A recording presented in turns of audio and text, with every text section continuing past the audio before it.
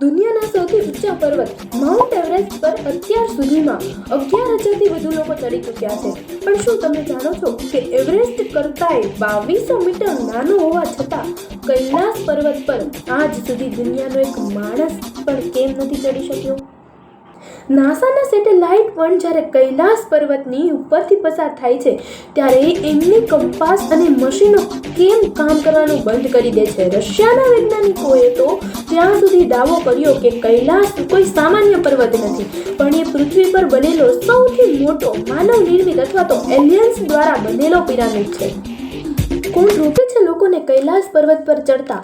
ત્યાં જઈને સમય કેમ ફાસ્ટ ભાગવા લાગે છે? ચાલો ખોલીએ કૈલાસ પર્વતનું અસલી રહસ્ય આજના આ ધમાકેદાર વિડીયોમાં. નમસ્કાર મિત્રો, જે લોકો કૈલાસ પર્વતની નજીક ટ્રેકિંગ કરવા ગયા છે એમણે એક અજીબોગરીબ ઘટના નોટિસ કરી છે. કૈલાસ પર્વતની આસપાસ જતાં જ માનવ શરીરની બહુ ઉંમર ઝડપથી વધવા લાગે છે. જે નખ અને વાળ વધતા સામાન્ય રીતે 2 અઠવાડિયા લાગે છે એ કૈલાસની નજીક માત્ર 12 કલાકમાં વધી જાય છે. જાણે કે ત્યાં કોઈ ટાઈમ મશીન ચાલી ન રહ્યો હોય અને સમય એકદમ ફાસ્ટ ફોરવર્ડ થઈ જાય છે. વિજ્ઞાનીઓનું માનવું છે કે કૈલાસ પર્વત પર એક શક્તિશાળી મેગ્નેટિક ફિલ્ડ છે જે સમયના ચક્રને પ્રભાવિત કરે છે.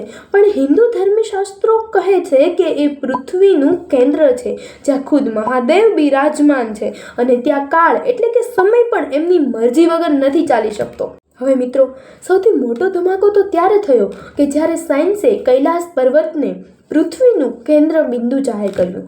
જો તમે ગૂગલ મેપ પર જોશો તો ઉત્તર ધ્રુવથી કૈલાસ પર્વતનું અંતર બરાબર 6,666 કિલોમીટર છે અને કૈલાસથી દક્ષિણ ધ્રુવનું અંતર બરાબર એનાથી બમણું એટલે કે 13,332 કિલોમીટર છે.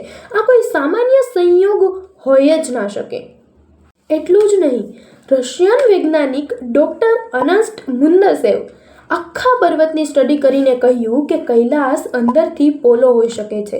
આ પર્વત કુદરતી નથી, પણ કરોડો વર્ષ પહેલાં બનેલો એક સુપર એડવાન્સ પિરામિડ છે જે આખી પૃથ્વીની એનર્જીને કંટ્રોલ કરે છે. બીજું મોટું રહસ્ય એ છે કે જ્યારે પણ કૈલાસ પર્વત પર બરફ ઓગળે છે ત્યારે પર્વતનો પડછાયો બરાબર પવિત્ર સ્વસ્તિક અને ઓમના આકાર જેવો જ દેખાય છે. શાંત રાત્રે ત્યાં બરફ પડવાનો અવાજ પણ નથી આવતો, પણ ડમરું અને ઓમનો ગુંજારણ સંભળાય છે. 1999માં રશિયાના કેટલાક પર્વતારોહકોએ કૈલાસ પર ચડવાનો જિદ્દી પ્રયત્ન કર્યો હતો, પણ જેમ જેમ તેઓ ઉપર જતા ગયા તેમ તેમ તેમનું મગજ કામ કરતું બંધ થઈ ગયું. એમનો રસ્તો બદલાતા દેખાવા લાગ્યા અને અચાનક ભયાનક તોફાનો આવી ગયા. તેઓ જેમ તેમ કરીને પાછા આવી ગયા, પણ નીચે આવ્યાના માત્ર થોડા જ મહિનાઓમાં તે તમામ વૈજ્ઞાનિકોના અચાનક અકાળે મોત થઈ ગયા. ત્યારથી સરકારે કૈલાસ પર ચડવા પર કાયમી પ્રતિબંધ લગાવી દીધો.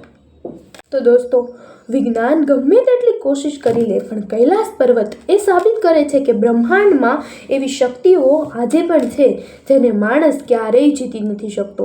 તમને શું લાગે છે, શું કૈલાસ ખરેખર એલિયન્સ પિરામિડ છે કે જેને એલિયન્સે બનાવ્યું છે, કે પછી આપણા મહાદેવનું પવિત્ર ઘર છે? કોમેન્ટમાં હર હર મહાદેવ લખીને જરૂર જણાવજો.